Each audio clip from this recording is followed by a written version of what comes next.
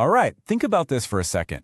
We all know about the intellectual giants of history, right? The people who took on thinkers like Aristotle and Plato and completely reshaped how we see the world.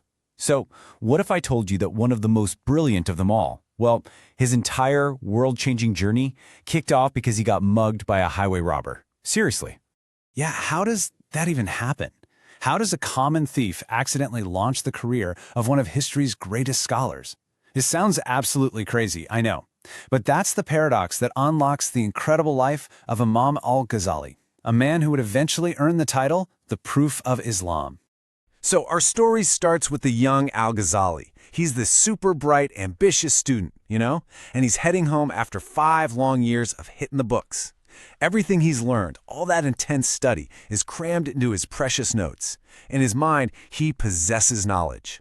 But on this fateful, dusty road, his life is about to take a turn he never saw coming. Boom. Out of nowhere, his caravan is ambushed. Bandits swarm them and they take everything. Money, belongings, the whole shebang. But here's the thing. Al-Ghazali doesn't care about any of that stuff. He actually runs after the thieves, pleading with their leader. He doesn't want the money back. He just wants his notes. I mean, this was 5 years of his life on paper. And the bandit chief? He just looks at this frantic kid and laughs. And then the bandit says this, just this absolutely devastating line. I mean, can you imagine hearing these words from a highway robber? For Al-Ghazali, it hits him like a lightning bolt. This wasn't just some random insult. No, he saw it as a message from God, a huge flashing warning sign. Was his so-called knowledge really so flimsy that someone could just steal it from him? And that was it. That moment was the turning point. Al-Ghazali spent the next 3 years doing something completely different. He wasn't just studying anymore, he was memorizing. He took every single word he had ever written down and burned it into his memory. He was transforming knowledge from something you carry in a bag into something that's a part of who you are. The robber may have stolen his notes, but man, he gave him real wisdom. Okay, so now Al-Ghazali has this deep internalized wisdom. And it's a good thing too, because the world he was about to step into was in total crisis. Seriously. The Muslim faith was being attacked from 2 completely different directions at the same time. It was like an intellectual 2-front war. So on one hand, you had this dangerous internal threat, the Batiniya. You might know them better as the assassins. These guys were using political violence and some really deceptive ideas to create chaos from the inside. And then, on the other hand, you had this huge external threat, Greek philosophy. The pure logic of guys like Aristotle was so powerful that it was making a lot of people doubt the very foundations of their faith. So the Muslim world desperately needed a champion, right? Someone who could navigate these incredibly dangerous waters. And people were starting to talk about Al-Ghazali. Even his own teacher saw his extraordinary potential, famously saying that Al-Ghazali wasn't just smart, he was a deep ocean. And it wasn't just his teacher who noticed. The great Vizier Nizam al-Mulk, we're talking one of the most powerful men in the world at the time, he saw it too. He summoned Al-Ghazali to Baghdad and gave him one of the top jobs in the entire academic world. You can think of it like being made president of Harvard or Oxford today, and his mission was crystal clear: defend the faith. So how do you even begin to do that? Well, Al-Ghazali had this brilliant and frankly kind of gutsy strategy. He wasn't just going to shout about how wrong the philosophers were or, burn their books. No way. He was going to dive right in and beat them at their own game. Now check this out. Step 1 of his master plan was pure genius. He spent years completely mastering Greek philosophy. Then he wrote a book called The Aims of the Philosophers. And in this book, he doesn't criticize them at all. He just explains their ideas. And he does it so perfectly that the philosophers themselves were like, wow, this guy really gets us. He established himself as an undisputed authority on their own turf. And then, step 2. Once he had their attention and their respect, he delivered the knockout punch. He published a second book, The Incoherence of the Philosophers.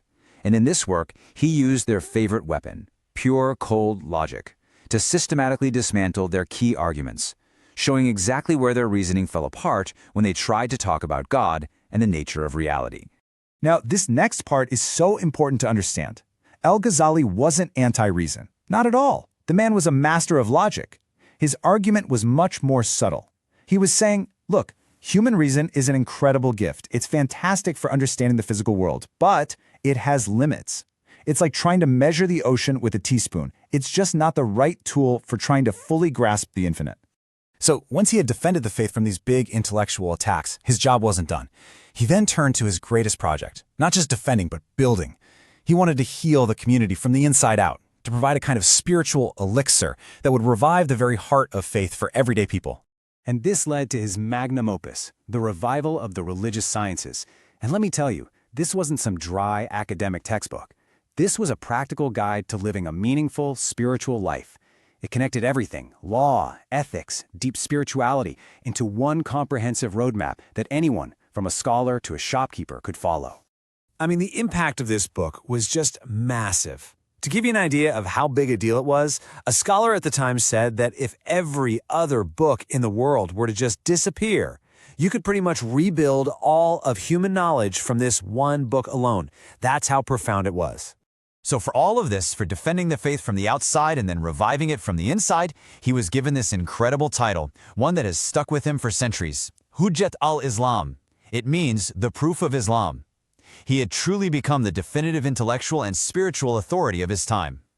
You know, it's only fitting that a life that began with such a dramatic, life-altering moment on a dusty road would end in a way that was just as profound.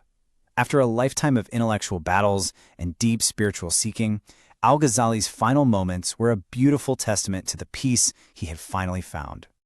Looking back on his own life, it's amazing. He almost echoed his teacher's words from all those years ago. He wrote about his own relentless drive, his fearlessness in diving into those deep oceans of doubt and disagreement, always searching for the truth. He never, ever backed down from a challenge. And the accounts of his death are just, wow. On his final morning, he performed his prayers, then calmly asked for his own burial shroud. He kissed it, held it to his face, and spoke his final words of acceptance to God. Then he just went into his room and quietly, peacefully, passed away, a death of absolute tranquility. But that's not quite the end of the story, because when his friends entered the room, they found a piece of paper right there beside him. On it, he had written one last message, a final poem for the world he was leaving behind. And the poem said this: "Do not think that this death is death, for it is, in truth, life. I am a bird, and this body was my cage, but I have flown, leaving it as a sign." What a beautiful final thought from a man who spent his entire life trying to understand the connection between our finite world and the infinite, and who, in the end, showed us exactly how he finally flew free.